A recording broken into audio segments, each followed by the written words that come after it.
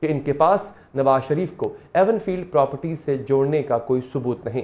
ان دلائل پر اسلام آباد high court نے ایون فیلڈ ریفرنس میں نواز شریف کو بری کر دیا۔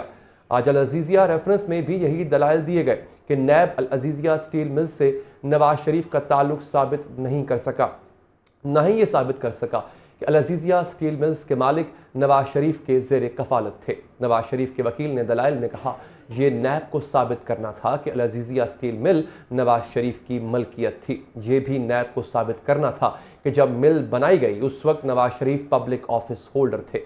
یہ بھی نیب کو ثابت کرنا تھا کہ نواز شریف کے اثاثے ان کی آمدن سے زیادہ تھے۔ نواز شریف کے خلاف زبانی یا دستاویزی کوئی شواہد موجود نہیں۔ بے نامی کا بار ثبوت تو ملزم پر منتقل ہوتا ہی نہیں۔ عدالت نے بھی نیب سے پوچھا واجد ضیاء نے جو نتیجہ اخذ کیا وہ کن دستاویزات کی بنیاد پر کیا گیا، وہ بھی ہمیں دکھائیں۔ نیب پروسیکیوٹر نے کہا واجد ضیاء نے تجزیہ کیا کہ نواز شریف ہی اصل مالک ہیں، ہمارا کیس ہی واجد ضیاء کے تجزیہ کی بنیاد پر ہے۔ چیف جسٹس نے کہا کہ اس ڈاکیومنٹ سے کچھ ثابت نہیں ہوتا، مفروضے پر تو کبھی بھی سزا نہیں ہوتی ہے۔ اس کے علاوہ اس کے بعد عدالت نے العزیزیہ ریفرنس میں نواز شریف کو دی گئی سزا کالعدم قرار دیتے ہوئے انہیں باعزت بری کر دیا۔ ہمارے ساتھ موجود ہوں گے معروف وکیل شاہ خاور، ان سے اس کیس کے حوالے سے مزید بات کریں گے اس وقفے کے بعد۔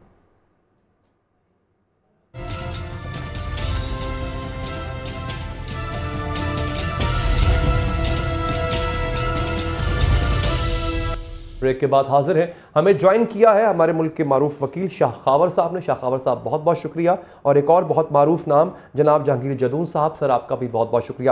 جہانگیر جدون صاحب، آپ کی جو قانونی رائے ہے وہ کیا کہتی ہے اس کیس میں نواز شریف صاحب کے ساتھ؟ اچھا، ہمارے ساتھ ابھی جدون صاحب نہیں ہیں۔ شاہ خاور صاحب آپ بتائیے گا سر، بطور ماہر قانون کس طرح دیکھتے ہیں جو کچھ ہوا؟ صحیح ہوا؟ پروسیجر فالو ہوا؟ نواز شریف صاحب کے ساتھ پہلے زیادتی ہوئی تھی، اب جو ہوا اس کو ریلیف کہیں گے، میرٹ کہیں گے، کیا کہیں گے؟ دیکھیے، جو ابھی تک تفصیلات سامنے آئی ہیں اس میں نیب کی طرف سے بھی جو پریزنٹیشن دی گئی اور جو سوالات بینچ کی طرف سے ہوئے، اس سے تو ظاہر یہی ہوتا ہے کہ وہ جو پورا انہوں نے جو ریفرنس بنایا تھا وہ مفروضات پر مبنی تھا، اور اس میں جو دستاویزات تھیں وہ بھی ایڈمیسیبل نہیں تھی ایویڈنس۔ تو اس میں ان چیزوں کی وجہ سے جب یہ چیزیں کنفرنٹ کی گئی نیب پروسیکیوشن کے سامنے، تو وہ اس کا کوئی خاطر خواہ جواب نہیں دے سکے، تو پھر اس لیے انہوں نے وہ جو سینٹینس اینڈ کنوکشن ہے اس کو انہوں نے ختم کر دیا اور ان کو آنریبل ایکوٹ کر دیا، ان کو بری کر دیا۔ ٹھیک ہے، اچھا سر یہ بتائیے، تو بیسکلی نواز شریف صاحب کے خلاف کیس تھا، بے نامی دار کیس تھا یہ، تو جب یہ کیس ختم ہوا تو اب جو نواز شریف صاحب کے بچے ہیں ان کے خلاف بھی کیس ختم ہو گیا؟ دیکھیے، اب وہ کیس اور وہ جتنی بھی الزامات تھے اور جتنی بھی شہادتیں تھیں جی، اگر وہ پروسیکیوشن ثابت نہیں کر سکی اس کو ہائی کورٹ کے سامنے، تو پھر تو وہ کیس تو ہے وہ بالکل اپنی موت جو ہے وہ مر چکا ہے۔ اچھا، اس پہ دوبارہ میرا خیال ہے کہ کوئی تحقیق نہیں ہو سکتی۔ اس کی وجہ یہ ہے کہ آئین کا آرٹیکل 13 ہے، وہ یہ کہتا ہے کہ کسی کو کسی ایک جرم میں ایک سے زیادہ دفعہ نہ پروسیکیوٹ کیا جا سکتا ہے یا اس سے زیادہ سزا دی جا سکتی ہے۔ ٹھیک ہے، تو اب اگر ہائی کورٹ نے ان کو باعزت بری کر دیا ہے تو میں نہیں سمجھتا کہ وہ دوبارہ ان پر انہی الزامات پر مبنی نئی تفتیش یا نیا کیس چل سکتا ہے، ایسا کوئی ایشو نہیں۔ اچھا سر، تو نواز شریف صاحب کے بچوں کے خلاف کیس ختم ہو گیا ہے، یہ اس وجہ سے ختم ہوا ہے کہ نیب ثابت نہیں کر پائی کہ ان کے بچے میاں صاحب کے زیر کفالت تھے جس وقت ان کے نام یہ پراپرٹیز لگیں؟ دیکھیے بات یہ ہے کہ پہلے تو نیب کو یہ ثابت کرنا تھا نا کہ جو ان کے بچے ہیں وہ واقعی اس کے جو ہے بینیفیشل اونرز تھے، اور نواز شریف صاحب جو تھے وہ بے نامی دار تھے۔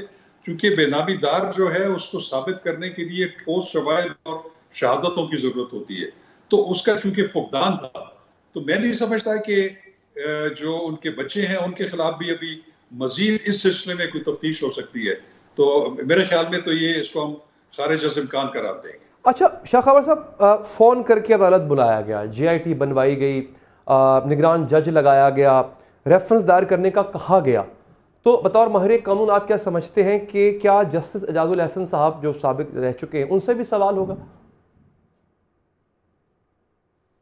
دیکھیے، میں اسپیسیفکلی اعجاز الاحسن صاحب کو نہیں وہ کروں گا، اس کی وجہ یہ ہے کہ کہ اعجاز ال احسن صاحب کو بھی جو مانیٹرنگ جج بنایا تھا وہ سپریم کورٹ کے 5 رکنی بینچ نے بنایا تھا. ہاں اس پہ بات ہو سکتی ہے. میں ایک بات پہ بالکل قائل ہوں کہ یہ جو جتنی عدالتیں ہوتی ہیں ہائی کورٹ کے عدالتیں جو under administrative control of high court ہوتی ہیں, اور یہ جو اکاؤنٹیبلٹی جنہوں نے سزا دی تھی یہ اسلام آباد ہائی کورٹ کے ایڈمنسٹریٹو کنٹرول میں ہے.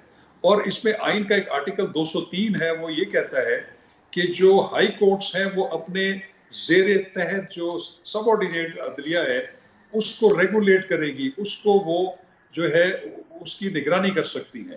تو اس میں سپریم کورٹ کا کہیں پہ ذکر نہیں ہے. ہاں یہ ضرور ہوتا کہ اگر جو ہائی کورٹ ہے وہ ان کیسز کی نگرانی کرتی ہے اکاؤنٹیبلٹی کورٹس کے اوپر, لیکن یہ بات انپریسیڈنٹڈ تھی کیونکہ سپریم کورٹ کے کوئی بھی جج یا کوئی بھی بینچ کسی بھی ہائی کورٹ کے تحت جو عدالت ہے ماتحت عدالت اس کی نگرانی یا اس کو مانیٹر نہیں کر سکتی. ٹھیک ہے. اچھا ہمیں جہانگیر جدون صاحب نے بھی جوائن کر لیا ہے. جہانگیر صاحب جو فیصلہ اب عدالت نے دیا ہے کیا یہ پریسیڈنٹ سیٹ کرتا ہے؟ کیونکہ کہا یہ جا رہا ہے کہ جو نواز شریف کے جو کیسز سے نااہلی سے لے کے جو ان کو سزا بھی ہوئی تھی نیب عدالت سے وہ بڑا انپریسیڈنٹڈ طریقے سے کیس چلایا گیا تھا. کیا یہ فیصلہ آج کا فیصلہ سیٹ اسائڈ کرتا ہے ان تمام of the book in precedents کو جو سیٹ کیے گئے تھے نواز شریف کے کیس میں؟ دیکھیں بہت شکریہ. اس میں دیکھیں نا ساری دنیا کو پتہ ہے کہ جو یہ پرائم منسٹر کے ایکس پرائم منسٹر کے خلاف کیسز تھے وہ پولیٹیکلی موٹیویٹڈ تھے اور وچ ہنٹنگ کے لیے بنائے گئے تھے. تو یہ ان کا یہ طریقہ واردات دیکھیں 1947 ابھی 76 سال ہو گئے ہیں. جو یہ لوگ کام کرتے ہیں ان کا یہی ہوتا ہے کہ 4-5 سال کے لیے ایک بندے کو ہٹا دو دوسرے کو لے آؤ پھر اس کے خلاف کیس بنتے ہیں. پہلے میاں نواز شریف کو ایک دفعہ آپ کو پتہ ہے وہ ڈیتھ پینلٹی ان کا سزا دو, پھر انہوں نے ڈیتھ نہیں دی. جعفری صاحب جو جج تھے پھر ان کو لائف امپریزمنٹ ہوئی, پھر وہ جب کتنی سزا انہوں نے کاٹی پھر وہ پرائم منسٹر بن گئے. تو ابھی بھی کیسوں کی نوعیت یہی تھی کہ کیس نہیں بنتے تھے. ایک جے آئی ٹی بنی, اب آج نیب نے کہا جی جے آئی ٹی کے ریفرنس پہ جے آئی ٹی کی جو انالیسس تھا جو رپورٹ تھی اس پہ ہم نے ریفرنس بنایا. تو انہوں نے کہا ان کے ڈاکومنٹس کدھر ہیں آپ کے پاس؟ کہتے ہیں یہ ڈاکومنٹس ہمارے پاس اوریجنل کوئی بھی نہیں ہے. تو جب یہ کیس اس طرح بنائیں گے تو پھر ان کا رزلٹ یہی ہوتا ہے. اچھا جہانگیر صاحب اگر یہاں پہ نواز شریف صاحب انصاف کا تقاضا کریں کہ ٹھیک ہے ان کو بری تو کر دیا گیا لیکن وہ جو بالکل رستے سے ہٹ کے اور بالکل نا اگینسٹ دی آڈز جا کے جے آئی ٹی بن رہی ہے, کال کے اوپر واٹس ایپ کے اوپر کال پہ بن رہی ہے, نگران جج لگ رہا ہے, مانیٹرنگ جج لگ رہا ہے, یہ سب کچھ ہو رہا تھا.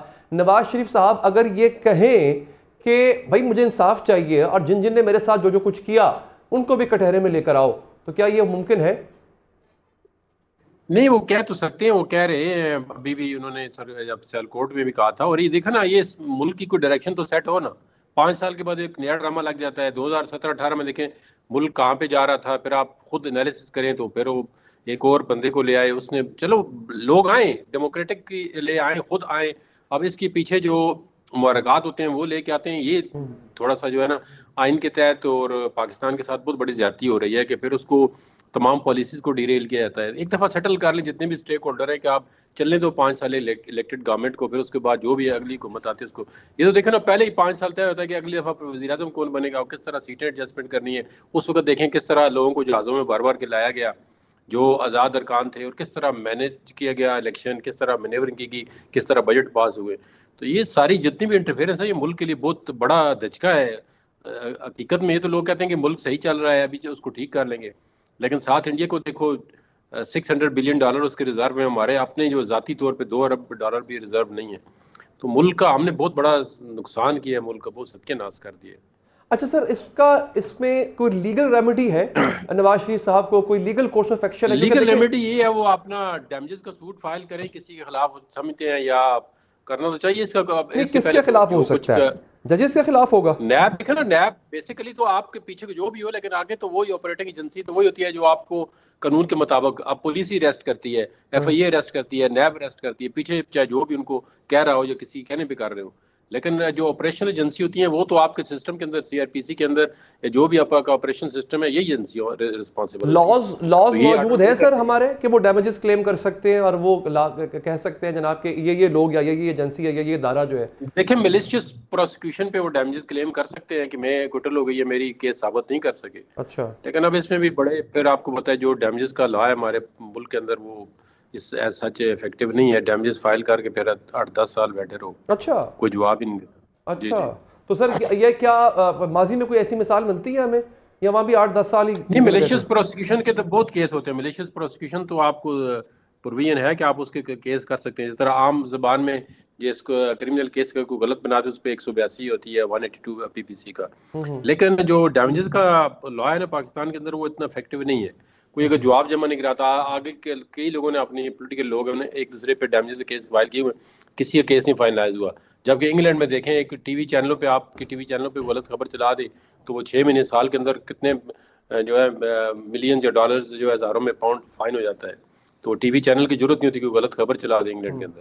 یہاں پہ تو سب کام چلتا ہے, جو مرضی جو کرتا ہے. اچھا جدون صاحب, یہ جو ایک تاثر, میں یہ نہیں کہتا تاثر پایا جاتا ہے, کئی ایسے لوگ ہیں سوشل میڈیا پر بھی دیکھتے ہیں ہم, ٹیلی ویژن پہ بھی بحث ہو رہی ہوتی ہے کہ نواز شریف صاحب کو جس طرح سے سزا ملی تھی اس سے بھی زیادہ تیزی سے ان کو ریلیف مل رہا ہے. یہ عمومی طور پہ ایسا ہی ہوتا ہے سر؟ کسی بھی شخص کو اگر ریلیف ملنا ہو اس کو اتنے کم وقت میں ریلیف دے جاتا ہے؟ نہیں, اس طرح کس طرح ریلیف ملا ہے ان کا؟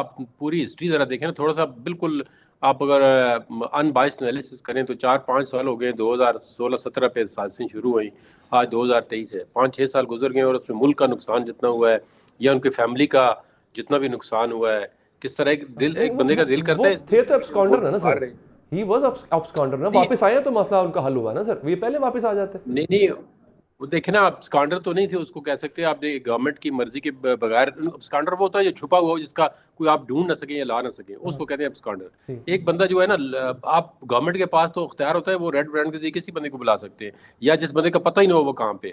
ایک بندہ روز جو ہے ملتا ہے, سوشل میڈیا پہ آتا ہے, وہ کہاں پہ اسکانڈ کرتا ہے, کہاں پہ اسکانڈر. کوئی بھی کسی کی ڈیفینیشن اٹھا کے دے لے, اسکانڈر کا مطلب یہ ہوتا ہے کہ وہ فیجیٹیو فرام لا ہے. مطلب نہ پولیس کو پتہ ہے, نہ دنیا کی کسی ایجنسی کو پتہ ہے وہ کہاں ہے, بندہ چھپا ہوا ہے. اچھا چلے. اچھا سر, یہ دیکھیں عرض یہ نا کہ he was not submitting himself to the court of law. آپ دیکھیں وہ انہوں نے سبمٹ کیا تو ان کو ریلیف ملنا شروع ہو گیا. He doesn't believe on the rule of law. He is you see victimized. Victimization کی وجہ سے ان کو سسٹم پہ بلیو نہیں تھا. جب ان کو پتہ چلا کہ سسٹم پہ بلیو ہے, وہ آگے انہوں نے سرنڈر کیا, بری ہو گئے. فیک کیسز تھے. اچھا, یعنی یہ بھی ایک نیا پریسیڈنٹ ہے سر کہ جب آپ کو دل کرے آپ سبمٹ کر سکتے ہیں خود کو کورٹ آف لا میں. خیر بہت دل نہیں کرے, آپ دیکھیں. Thank you. چل جہانگیر صاحب بہت بہت شکریہ سر, آپ نے پروگرام کے لیے وقت نکالا. صاحب میں چاہوں گا کہ آپ ہمارے ساتھ رہیے. ہمیں ایک اور سیگمنٹ جو کہ سابق وزیر اعظم پاکستان ذوالفقار علی بھٹو کے حوالے سے عدالتی ریفرنس ہے, اس پہ بھی ہم بات کریں گے. ہمیں جوائن کر چکے ہوں گے نصر اللہ ملک صاحب بھی اس وقفے کے بعد انشاءاللہ. اچھا ملک صاحب ہمارے ساتھ ہیں. ملک صاحب السلام علیکم سر, آپ کو میری آواز آ رہی ہے؟ جی. اچھا ملک صاحب, سر یہ نواز شریف صاحب کے ساتھ جو کیسز تھے وہ تو ایسے اڑ گئے جیسے روئی کے گولے. اب ماضی کی غلطیاں بھی تسلیم کی جائیں گی؟ کیا نواز شریف کو ان کا نقصان کی بھرپائی بھی کی جائے گی؟ کیا نواز شریف صاحب کا جو وقت پاکستان سے باہر گزرا اس کی بھرپائی بھی کی جائے گی سر؟ اور یہاں پہ کیا اس جماعت کو بھی کٹہرے میں لایا جائے گا جو نواز شریف کے احتساب میں پیش تھی؟ میری مراد یہاں پہ تحریک انصاف سے ہے کہ اگر سب کچھ غلط ہوا تھا تو اب سب کچھ صحیح کرنے کے لیے جو اس وقت غلط تھے ان کو بھی سزا دی جائے گی؟ دیکھیں میں سمجھتا ہوں کہ میاں نواز شریف کے اگر مقدمات کی بات کی جائے تو میاں نواز شریف شروع سے یہ بات کہتے آئے ہیں کہ ان کے ساتھ زیادتی ہوئی اور اس وقت ان کو اقتدار سے نکالنے کے لیے یہ ایک سوچا سمجھا منصوبہ تھا جس پر عمل درآمد کیا گیا. اب سوال یہ پیدا ہوتا ہے جس کی بات آپ کر رہے ہیں کہ کیا اگر ماضی کی غلطیوں کو آج درست کیا جا رہا ہے تو جو آج غلطیاں کی جا رہی ہیں انہیں پھر کیسے درست کیا جائے گا؟ دیکھیں دو چیزوں کو آپ مکس نہ کریں.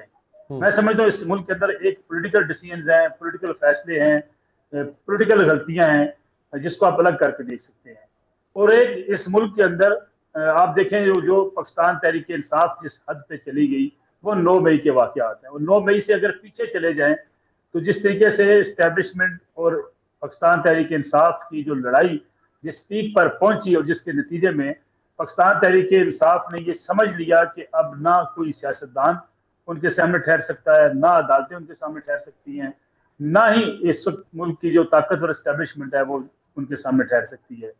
بلکہ یہاں تک معاملہ چلا گیا کہ عمران خان صاحب اس خوش فہمی میں مبتلا ہو گئے کہ اگر نئے آرمی چیف کی تعیناتی ہونی ہے تو وہ بھی ان کی مرضی کے بغیر نہیں ہونی چاہیے, اگرچہ وہ خود پارلیمان سے استعفے دے کر باہر آ چکے تھے، اپنا جو سیاسی وزن ہے وہ کم کر چکے تھے. اس کے بعد جو صورتحال سے وہ دوچار تھے وہ اب آہستہ آہستہ پولیٹیکل سسٹم سے باہر جا رہے تھے. لیکن انہوں نے سڑک پر آ کر احتجاج کی آڑ میں یہ سوچ لیا کہ اگر وہ کوئی لانگ مارچ کریں گے، اسلام آباد کی طرف کوئی دھرنا دیں گے، تو اس کے نتیجے میں جو کمانڈ کی تبدیلی ہے اس پر بھی وہ اثر انداز ہو سکیں گے. میرے خیال میں یہ وہ بڑا ٹرننگ پوائنٹ تھا کہ جہاں عمران خان صاحب کے لیے ایک راستہ موجود تھا کہ وہ جنرل قمر جاوید باجوہ کی اسٹیبلشمنٹ سے ٹکرا چکے تھے، اور آنے والے آرمی چیف کے حوالے سے اگر وہ کچھ تھوڑا سا نرم رویہ اختیار کرتے تو شاید لڑائی اتنی دور تک نہ جاتی. پھر اس سے بڑھ کے یہ ہوا کہ جو 9 مئی کو جو عمران خان صاحب نے ایک پورا ماحول بنا دیا کہ ان کو ہاتھ نہیں لگایا جا سکتا، ان کے خلاف مقدمے نہیں بن سکتے، گرفتاری نہیں ہو سکتی، ریڈ لائن کا نعرہ دے دیا گیا پورے پاکستان کے اندر. تو جو ہی ان کی گرفتاری ہوئی اس پہ جو ریئیکشن آیا، اس ریئیکشن کے نتیجے میں جس طریقے سے پروٹیسٹرز نے جا کے فوجی تنصیبات کے اوپر، فوجی افسران کے گھروں کے اوپر جو چڑھائی کی، میرے خیال میں وہاں پہ اسٹیبلشمنٹ کے لیے جو ہے وہ فیصلہ کرنا آسان ہو گیا کہ اب عمران خان صاحب کے ساتھ نہ بات چیت ہو سکتی ہے، نہ ان کے حوالے سے کوئی نرم رویہ رکھا جا سکتا ہے. تو اس لیے دو چیزوں کو الگ الگ کر کے دیکھیے. اگر عمران خان صاحب کے اوپر مقدمات بنائے جا رہے ہیں جو پولیٹیکل مقدمات ہو سکتے ہیں، جو ان کی کرپشن کے حوالے سے بات کی جاتی ہے یا ان کے اختیارات کے ناجائز استعمال کی بات ہوتی ہے، یہ سیٹل ہو سکتے ہیں. آنے والے دنوں میں شاید جس کی بات آپ کر رہے ہیں کہ آج کی غلطی مستقبل میں درست کر لی جائے گی، لیکن یہ ممکن شاید ہوتا ہوا کبھی دکھائی نہیں دیتا، یا اس کے کافی دیر تک اثرات رہیں گے.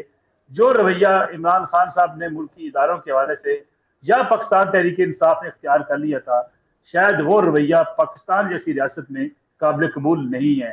آپ تنقید کر سکتے ہیں، آپ اعتراض کر سکتے ہیں، آپ ان کو برا بھلا کہہ سکتے ہیں، آپ اسٹیبلشمنٹ کے کردار پر بحث کر سکتے ہیں، لیکن آپ یہ سوچیں کہ آپ کسی عوامی جلوس کے نتیجے میں اسٹیبلشمنٹ کے فیصلے تبدیل کر دیں گے، ان کے افسران کی تعیناتی بدل دیں گے، آپ ان کے افسران کو ان کے عہدوں سے ہٹا لیں گے.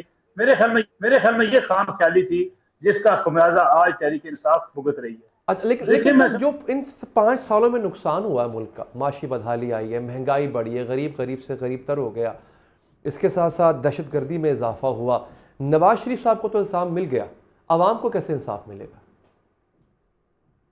دیکھیں میں سمجھتا ہوں کہ یہ اس ملک ہے وہ المیہ یہ ہے کہ ہمارے ہاں جو اشرافیہ ہے، اشرافیہ کو شاید عام آدمی کا اتنا احساس نہیں ہوتا، لیکن کہ کوئی راتی اللہ دین کا چراغ لے کر آ جائے اور وہ سارے مسائل حل کر دے. عوامی دباؤ عوامی مسائل کے حوالے سے ہونا چاہیے. تحریک انصاف نے جو سب سے بڑا پلیٹ فارم ضائع کیا وہ قومی اسمبلی کا پلیٹ فارم تھا. شہباز شریف صاحب اگر وزیر اعظم بن گئے تھے، اگر عدم اعتماد کی تحریک کامیاب ہو گئی تھی، تو بطور پولیٹیکل پارٹی عمران خان صاحب اپوزیشن لیڈر کے طور پہ بیٹھے ہوتے، پارلیمنٹ کے اندر 16 ماہ کی حکومت کے اوپر شدید تنقید کرتے، حکومت کو دباؤ کا سامنا کرنا پڑتا، اسے عوامی مسائل کی طرف توجہ دینی پڑتی، مہنگائی کم کرنے کے اقدامات کرنے پڑتے. لیکن انتشار کی سیاست جہاں بھی ہوگی، لڑائی کی سیاست ہوگی، جہاں پہ سیاسی جماعتیں جہاں ایک دوسرے سے ہاتھ ملانے کو تیار نہیں ہوں گی، جہاں پینک کا ماحول ہوگا، جہاں خوف کے سائے ہوں گے، اس ملک کی اکانومی آگے نہیں بڑھ سکتی. وہاں کے عوام پستے ہیں. اس لیے سیاسی جماعتیں تدبر کا مظاہرہ کرتی ہیں، بات چیت کرتی ہیں، ڈائلاگ کا راستہ اختیار کرتی ہیں، عوامی مسائل کو اجاگر کرتی ہیں. لیکن بدقسمتی سے ہم نے دیکھا کہ پچھلے کئی سالوں سے پاکستان کی سیاست محض انقلابی نعروں، ایک دوسرے کو برا بھلا کہنے، ایک دوسرے کو نیچا دکھانے، پاپولیرٹی کے لیے ہر قسم کے طریقہ کار کو اختیار کرنے کے رویے کی طرف جا چکی ہے.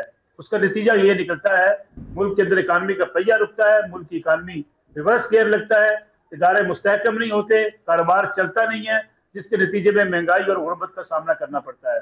سیاستدانوں کو بھی سمجھنا ہوگا، اسٹیبلشمنٹ کو بھی سمجھنا ہوگا کہ ملک کے اندر اگر یہ ماحول جو پینک کا ماحول ہے، بحران ہے، جو اگر تک بحران ختم نہیں ہوتے پھر معاشی بحران کبھی حل نہیں ہو سکتے. تو سر یہ کیسے مان لیا جائے یہ سفر ختم ہو چکا ہے؟ یہ سفر کبھی ختم ہوگا؟ جو ایک ہی وشیس سرکل میں، ایک ہی دائرے میں ہم چل رہے ہیں پچھلے 75 سالوں سے، اس کا حل کیا ہے؟ دیکھیں دائروں کا سفر ختم نہیں ہو رہی، یہ دائرے کے اندر آپ کو چلنا پڑے گا. ایسا کبھی ممکن نہیں ہے کہ سیاستدان اٹھیں تو اسٹیبلشمنٹ کو پکڑ کے کہیں دبوچنے کی بات کریں. ایسا ممکن نہیں ہے کہ اسٹیبلشمنٹ اٹھے اور سیاستدانوں کو یکدم ختم کر دے. میں سمجھتا ہوں کہ سیاستدانوں کو اسٹیبلشمنٹ کو، ملکی اداروں کو، ملکی اعلیٰ عدلیہ کو بہت ساری چیزوں میں تدبر کا مظاہرہ کرنا ہوگا۔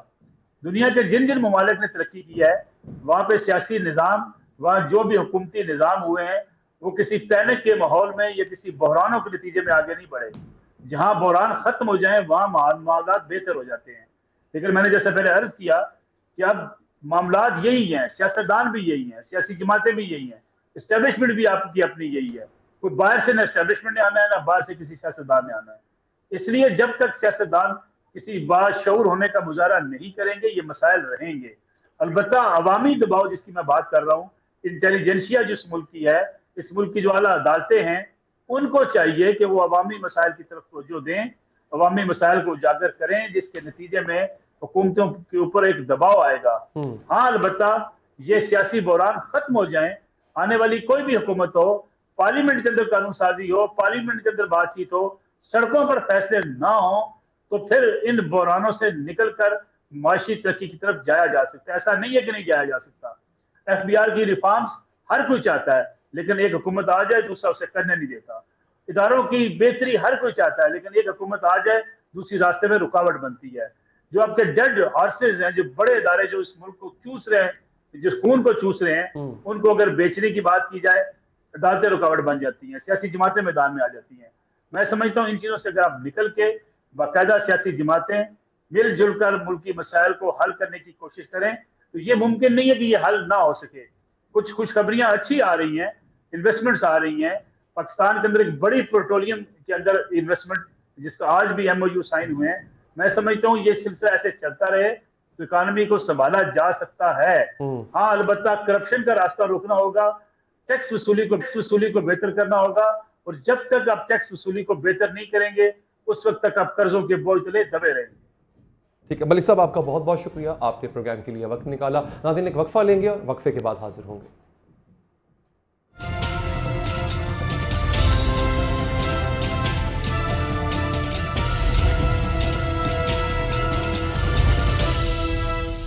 ناظرین پاکستان میں دہشت گردی کے حوالے سے آج کا دن بہت ہی افسوسناک رہا۔ خیبر پختونخوا کے ضلع ڈیرہ اسماعیل خان میں درابن چوکی پر حملہ کیا گیا۔ دہشت گرد چوکی میں داخل ہونا چاہتے تھے، ناکامی پر دہشت گردوں نے بارود سے بھری گاڑی چوکی سے ٹکرا دی۔ اس کے نتیجے میں عمارت تباہ ہو گئی اور 23 جوان شہید ہو گئے اور 6 کے 6 دہشت گرد بھی ہلاک کر دیے گئے، جبکہ 11 اور 12 دسمبر کی رات انٹیلیجنس کی بنیاد پر درازندہ کے علاقے میں دہشت گردوں کی موجودگی کی اطلاع پر کارروائی کی گئی۔ اس کارروائی میں 17 دہشت گرد ہلاک کر دیے گئے۔ آئی ایس پی آر کے مطابق کولاچی کے علاقے میں ایک اور انٹیلیجنس آپریشن کیا گیا۔ اس دوران سیکیورٹی فورسز نے مؤثر کارروائی کرتے ہوئے 4 دہشت گرد ہلاک کر دیے۔ شدید فائرنگ کے تبادلے میں بہادری سے لڑتے ہوئے 2 جوانوں نے جام شہادت نوش کیا۔ آئی ایس پی آر کے مطابق ہلاک دہشت گرد سیکیورٹی فورسز کے خلاف دہشت گردی کی کئی کارروائیوں میں ملوث تھے اور معصوم شہریوں کے قتل میں بھی سرگرم تھے۔ کارروائیوں کے دوران اسلحہ، گولہ بارود اور دھماکہ خیز مواد بھی برآمد کیا گیا۔ آئی ایس پی آر کا کہنا ہے کہ علاقے میں موجود دہشت گردوں کو ختم کرنے کے لیے کلیئرنس آپریشنز کیے جا رہے ہیں۔ نگران وزیر اعظم انوار الحق کاکڑ نے دہشت گرد حملے کی شدید مذمت کی ہے۔ انوار الحق کاکڑ نے کہا کہ ایسی بزدلانہ کارروائیوں سے سیکیورٹی فورسز کے حوصلے پست نہیں کیے جا سکتے۔ پوری قوم دہشت گردوں کے خلاف جنگ میں جانیں قربان کرنے والے شہداء کو سلام پیش کرتی ہے۔ سیکیورٹی کی یہ صورتحال تشویشناک ہے۔ جمعیت علماء اسلام کے مولانا فضل الرحمان سوال اٹھا چکے ہیں کہ 2 صوبے بدامنی کی لپیٹ میں ہیں، اس صورتحال میں کیا انتخابی مہم چلائی جا سکتی ہے؟ نگران وزیر داخلہ سرفراز بگٹی بھی امن و امان کی صورتحال کو چیلنج قرار دے چکے ہیں۔ انہوں نے بتایا تھا کہ انتخابی مہم کے دوران سیاسی رہنماؤں سے متعلق عمومی سیکیورٹی تھریٹس ہیں، جبکہ مولانا فضل الرحمان سے متعلق خصوصی سیکیورٹی تھریٹ حکومت کو موصول ہو چکا ہے۔ Think tank Pakistan institute for conflict and security studies کے گزشتہ ہفتے جاری کردہ اعداد و شمار کے مطابق نومبر کے دوران عسکریت پسندوں نے کل 63 حملے کیے، جس کے نتیجے میں 83 اموات ہوئیں۔ ہمارے ساتھ بات کرنے کے لیے موجود ہیں جنرل ریٹائرڈ غلام مصطفیٰ صاحب۔ غلام مصطفیٰ صاحب بہت بہت شکریہ آپ کے قیمتی وقت کا۔ جنرل صاحب، یہ اچانک سے دہشت گردی کا، خیر اچانک تو نہیں، پچھلے 1 سال سے دہشت گردی دوبارہ سر اٹھا چکی ہوئی ہے، بٹ اٹ از ایسکیلیٹنگ ناؤ۔ کیا وجہ ہے کہ یہ کہیں انتخابات پر اثر انداز ہونے کے لیے تو نہیں، دہشت گردوں نے ایک نیا محاذ کھول لیا پاکستان کو ڈی اسٹیبلائز کرنے کے لیے؟ جی، پاکستان کو ڈی اسٹیبلائز کرنا اور ڈی اسٹیبلائز رکھنا یہ تو ایک بہت بڑا مقصد ہے، جی اور ہمارے دشمنوں کا. اور بار بار اس بات پہ میں کہہ چکا ہوں کہ پاکستان چونکہ بہت سی وجوہات کی بنا پر ٹوٹلی ڈیفینسو موڈ میں ہے، صرف اپنے جو ڈیفینس میں سب کچھ کارروائیاں ہو رہی ہیں، پاکستان کے اندر کارروائیاں ہو رہی ہیں، جس سے دشمن کو شہ ملی ہے. اور دشمن پاکستان پہ ہر طرح سے حملہ آور ہے، چاہے وہ اندرونی خلفشار پیدا کرنے کی کوشش کرے یا بیرونی طریقے سے حملہ کرے ہم پہ. اور یہ جو دہشت گردی ہے، اس میں پاکستان کی جو آج کی صورتحال ہے، چاہے وہ اکنامک ہے یا ادروائز ہے، اس کو اور خراب کرنا ہے. اور الیکشن کو اگر ملتوی کروانا ہے، ملتوی ہوتے ہیں خدا نخواستہ کی وجہ سے، تو دیکھیے ملک میں جو سیاسی ایک عدم استحکام تھوڑا بہتری کی طرف جا رہا تھا، وہ اور بگڑے گا اس سے. اور جو اوور آل صورتحال ہے ملک کی، جب یہ حالات ہوں گے تو پھر ہماری اکانومی کی ریکوری اور مشکل ہو جائے گی. تو پاکستان کو اس لحاظ سے کمزور کرنے کی جو کوششیں کافی عرصے سے جاری ہیں، اس میں یہ اس کی ایک کڑی ہے. اور یہ ہمیں سمجھنے کی ضرورت ہے کہ کیوں ہم یہ اپنے آپ کو ہاتھ باندھ کے ہم بیٹھ گئے ہیں. ہم صرف یہ دیکھ رہے ہیں کہ حملہ کرے گا تو ہم اس کا جواب دیں گے. انٹیلیجنس بیس آپریشن پاکستان کے اندر سے کلیئرنس کرنے کی کوشش کر رہے ہیں، لیکن جب تک جہاں سے یہ کچھ ہو رہا ہے وہاں تک ہم نہیں پہنچیں گے، جب تک ان کو نقصان نہیں پہنچے گا، جب تک جو ان کے منصوبہ ساز ہیں، جو ان کو انفارمیشن دے رہے ہیں، جو کو ٹریننگ دے رہے ہیں، جو ان کو فیسیلیٹیٹ کر رہے ہیں، جب تک ان کو نقصان نہیں پہنچائیں گے، پاکستان کو نقصان پہنچتا رہے گا. میرا خیال ہے اس ہائی ٹائم کے پاکستان میں بار بار کہہ چکا ہوں کہ پاکستان کو یہ جو سیلف امپوز موریٹوریم ہے نا، کہ ہم کچھ نہیں کریں گے اور جو ہماری صلاحیتیں ہیں ہم ان کو بروئے کار نہیں لا رہے، میرے خیال سے پاکستان کو باہر نکلنا چاہیے. آپ کی مراد وقت ہے. سرحد پار طاقتوں سے ہے سر؟ جی میری مراد مغربی سرحدوں پر اور مشرقی سرحدوں دونوں ہی طرف سے ہے. تو دونوں طرف سے مل کر یہ پاکستان کے خلاف سب کچھ ہو رہا ہے. اور ان کے پیچھے جو لوگ بیٹھے ہوئے ہیں، جہاں پہ اس وقت ہمارے چیف آرمی اسٹاف بیٹھے ہیں یا کر موجود ہیں وہاں پر، میرے خیال کو وہاں پر ان کے ساتھ بھی یہ سوال اٹھانا چاہیے کہ آپ جو اتنا سارا اسلحہ دے چھوڑ کے چلے گئے ہیں، اتنے زیادہ لوگوں کو جو ٹریننگ دے کر آپ چھوڑ کے چلے گئے ہیں، اور ان کے کچھ گماشتے یہاں پر موجود ہیں، جب تک وہ اسے پیچھے نہیں ہٹیں گے تو پاکستان کا نقصان تو ہوتا رہے گا. تو جنرل صاحب، آپ کو لگتا ہے کہ جو ہمارے ویسٹ میں ملک ہے افغانستان، اور وہاں کی گورنمنٹ وہ بھی ان کنائنس مطلب چونکہ نہ وہ روک رہی ہے بلکہ وہ تو کہتی ہے کہ ہم جو ہے اپنا ہاؤس آرڈر میں لے کر آئیں، آپ کو لگتا ہے کہ ان کے آنے کے بعد معاملہ زیادہ بگڑے ہیں؟ جی ان کا آنے کے بعد ایک تو امید تھی کہ پاکستان نے جتنی ایفرٹ کی ہے ان کی مدد کرنے کی، اور کئی دہائیوں سے کر رہا ہے پاکستان، اور ہر طریقے سے کر رہا ہے، امید یہ تھی کہ جب وہ آئیں گے تو کم از کم یہ جو پاکستان کے جو ٹی ٹی پی اس قسم کے دوسرے جو خارج ہیں، اور یہ لوگ جو مختلف طریقے سے وہاں پہنچے ہوئے ہیں، بیٹھے ہوئے ہیں، پاکستان کو نقصان پہنچا رہے ہیں، کم از کم ان کو وہاں سے روک دیا جائے گا یا نکال دیا جائے گا وہاں سے. لیکن دونوں چیزیں نہیں ہوئیں. انہیں روکنے کی کوشش نہیں کی، ان کو وہاں سے نکالنے کی کوشش نہیں کی، الٹا وہ پاکستان کو سبق پڑھا رہے ہیں. بھی انہوں نے اگر ان کو پال کے رکھا ہوا ہے اور ان سے وہ اپنا مطلب حاصل کر رہے ہیں، کبھی کبھی اب تو مجھے اس میں میرا پہلے شک تھا، اب میں یقین بدلتا جا رہا ہے کہ وہ اس کو پراکسی کے طور پر استعمال کر رہے ہیں پاکستان کو پریشائز کرنے کے لیے. کیونکہ اس خطے میں دیکھ لیں کسی اور جگہ کوئی ایسا مسئلہ نہیں ہو رہا، صرف پاکستان ہی ہے جو بار بار اس کا نشانہ بن رہا ہے. کیوں بن رہا ہے نشانہ؟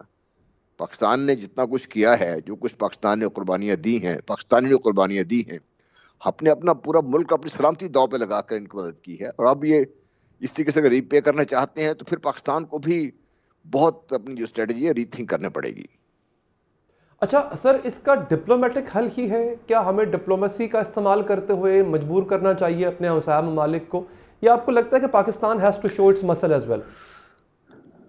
دیکھیے ڈپلومیسی تبھی کارگر ہوگی نا جب آپ کے پیچھے کوئی مسئلہ ہوگا. تو ڈپلومیسی ورنہ بات چیت سے تو اگر کوشش کامیاب ہو چکی ہوتی تو پاکستان نے تو اپنا اسپیشل نمائندہ بھی مقرر کیا ہوا ہے جو ان سے کانٹیکٹ میں ہے، جو ان سے بات چیت کر رہے ہیں. درانی صاحب، اگر ڈپلومیسی ہی کام کرنی ہوتی تو پاکستان کو کافی حد تک کامیابی مل چکی ہوتی. لیکن چونکہ پاکستان کو وہ یہ سمجھتے ہیں کہ پاکستان مختلف وجوہات کی بنا پر اس وقت تھوڑا ان کو کمزور نظر آ رہا ہے، تو اپنے جو مقاصد ہیں ان کے، پاکستان کو پریشرائز کر کے جو پاکستان سے وہ کنسیشن لینا چاہ رہے ہیں، وہ ان کو سمجھتے ہیں کہ یہ وقت ہے اس کا. تو جب ڈپلومیسی بھی تبھی کامیاب ہوتی ہے نا جب اس کے پیچھے طاقت ہو. بالکل ٹھیک ہے جنرل صاحب، انتہائی مشکور ہوں کہ آپ نے پروگرام کے لیے وقت نکالا. آپ کا بہت بہت شکریہ.